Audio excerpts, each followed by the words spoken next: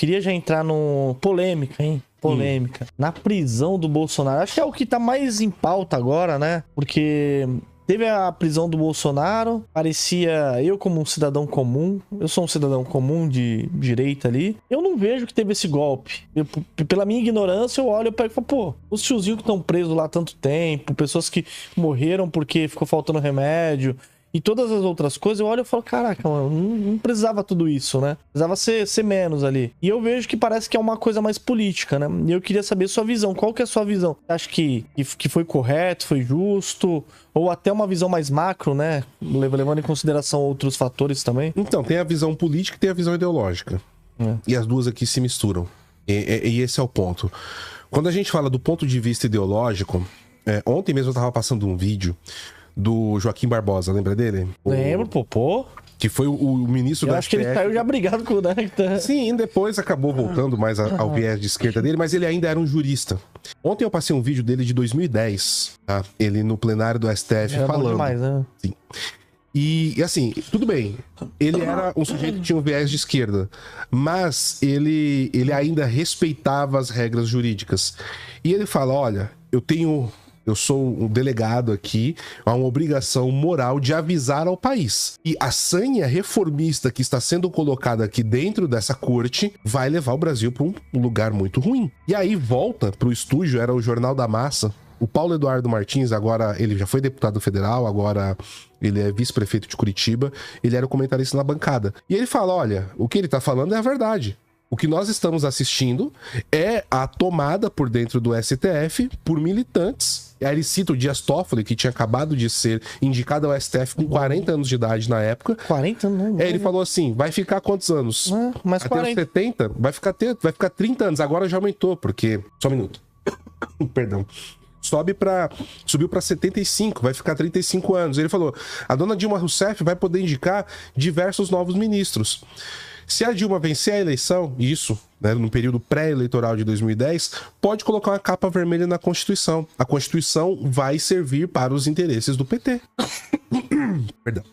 E foi o que aconteceu. Então, o que a gente tem aqui, a gente tem que entender isso. As pessoas hoje, no Brasil em si, não se olha um fator decisivo para entender os acontecimentos. E por isso que a direita é muito imediatista. A direita, ela age por provocação, ela é reativa.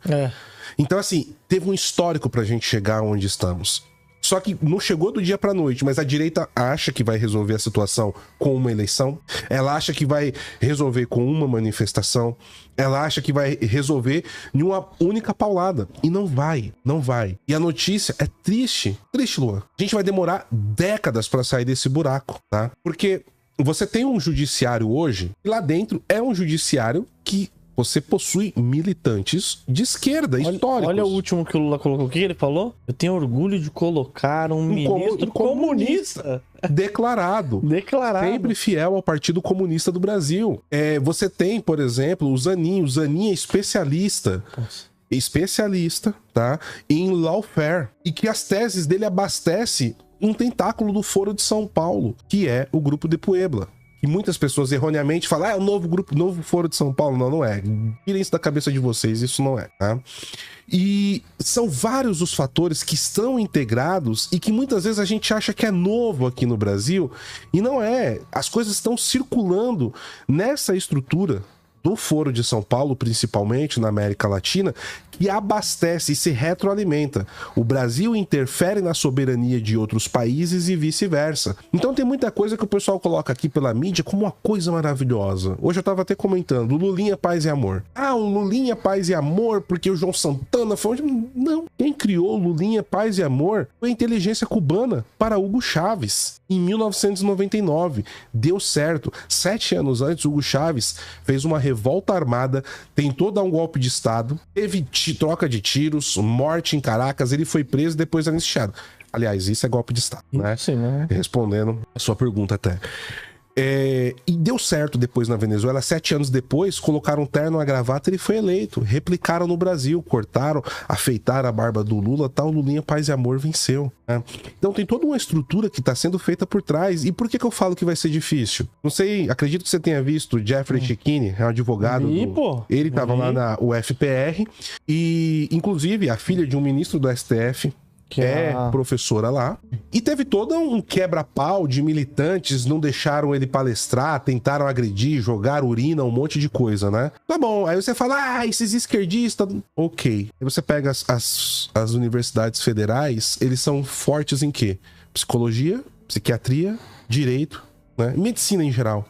Aquela galera que tava lá tacando urina, proibindo de falar, querendo bater no advogado, desembargador. Daqui 5 anos é o juiz, é o advogado, é o delegado. Verdade. E aí? Como é que você vai resolver isso com eleição? Verdade, é o político.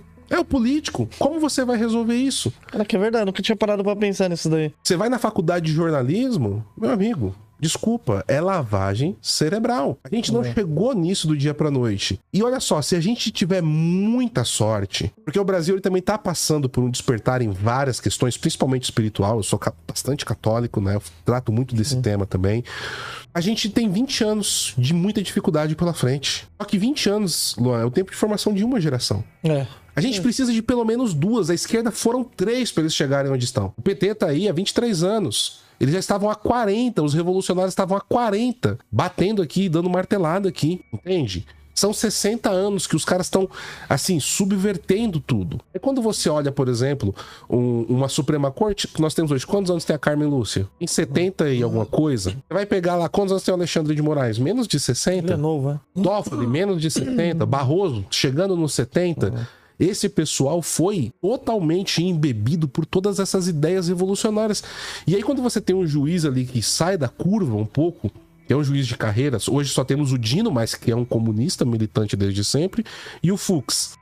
Você tem um voto como o do Fux e traz a doutrina jurídica ali baseada do que é no Brasil, do que é a nossa doutrina jurídica, e desmontou tudo o que estava acontecendo ali. Mas eles não estão preocupados com isso. Porque como disse o Lula pro Maduro em 2023 aqui no Brasil, tudo é uma questão de estabelecer uma narrativa. A verdade tornou-se relativa, é o império do relativismo.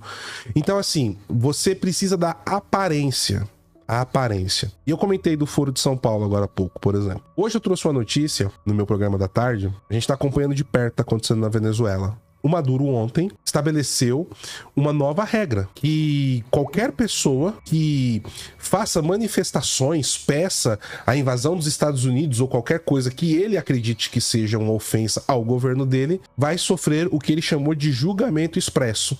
E esse julgamento expresso você vai ser condenado como traidor da pátria. Luan, para pra pensar no que... É a morte praticamente, né? Para pra pensar o que tá acontecendo aqui no discurso brasileiro. Soberania, soberania, soberania. Mas assim, se você fala qualquer coisa contra o governo, não. L'État c'est moi. O Estado sou eu. Exatamente. O Estado, então, é o Lula. O Estado é Alexandre de Moraes. O Estado é o Maduro, lá na Venezuela. Se você fala contra o Estado, se você tem uma visão contrária ao Estado, você é um traidor da pátria. Verdade. E esse é o mesmo discurso que a gente vê no novo bloco internacional que tá sendo formado. E no dia 3 de setembro desse ano, vai ter a gente viu o nascimento do novo eixo oficialmente. Em Pequim, na China, quando Xi Jinping desfilou na primeira fila, entrando, ele na ponta, um pouquinho mais atrás, Vladimir Putin, Kim Jong-un e uma miríade de ditadores e representantes de semidemocracias como o Brasil. Dilma e Celso Amorim estavam lá. Esse é o ponto que o Brasil tá aliado. E assim, aí você pode falar, você vai pegar o cara que é o nacionalista aqui do Brasil, por exemplo, né? Ou o nacionalista, né? Ele vai falar, não, porque a soberania do Brasil procurando novos meios, mas e o fator geopolítico? Ele tá falando ideologicamente. Quando você coloca o fator geopolítico, se a gente tá destruindo o Brasil não vai se sustentar em cima disso. E olha só, a volta que eu tô dando pra te responder o que você me perguntou. A questão do julgamento do Bolsonaro. Muito pior do que estamos pensando, né? Sim. Tipo assim, ali é a ponta do iceberg. E as pessoas só veem a ponta do iceberg. Esse é o ponto. Então, Luan, respondendo, é óbvio que esse julgamento, ele foi um julgamento assim, como acho que o Fux, assim, todo mundo deveria assistir às 12 horas do Fux votando. Foi 12 horas, né? Foi 12 horas, eu assisti praticamente todas. Porque ele não fica falando em juridiquês, ele fala na linguagem que o povo consegue entender. E é assim que deveria ser. E não tô falando que o Fux é herói, nem nada disso, não. Eu tô só elogiando o que aconteceu anteontem. E ali ele vai trazendo... Ele, por exemplo, ele fala assim, aqui vocês estão falando que houve uma tentativa de golpe de Estado. Nós temos 3 tipos de golpes de Estado que podem ser aplicados. Vamos analisar. Opção A de golpe de Estado. Não cumpre os requisitos. Opção B. Não cumpre os requisitos. Opção C. Não cumpre os requisitos. Então, não tenho como condenar isso aqui como golpe de Estado. Você quer chamar isso de arruaça, de baderna? Podemos fazer. Inclusive, temos casos aqui onde o MST fez isso. Não aconteceu nada. E aí ele fala, aí tinha aqui no processo que os líderes do MST deveriam ser responsabilizados. Mas o iminente ministro Fachin julgou que se a militância, a direção não estava no local, eles não respondem pelos atos da militância. Então, certo? Bolsonaro não tem que ser, porque ele pegou a jurisprudência. Ele pegou jurisprudências do Barroso, do que já aconteceu. Aí sabe qual que é o detalhe? Qual que é o detalhe? O Fachin era advogado do MST, antes de ser ministro do STF.